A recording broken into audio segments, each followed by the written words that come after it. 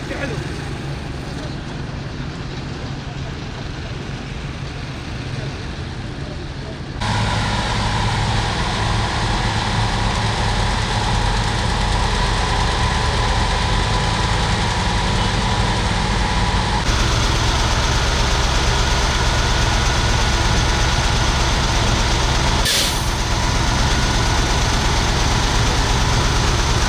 نتيجة للغزارات المرورية والحمولات الكثيفة على طريق بيروتي دوار الصناعة، وخلال السنوات الماضية لم تجرى أي صيانة دورية للطريق.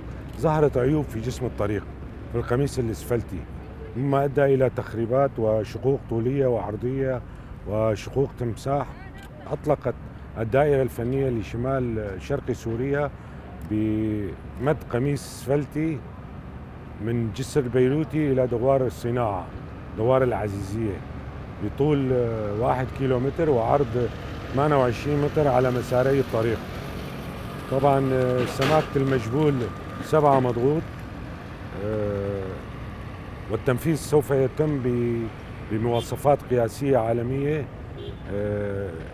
وسوف نقوم بإجراء اختبارات حسب المواصفات الفنية على المجبول الإسفلتي.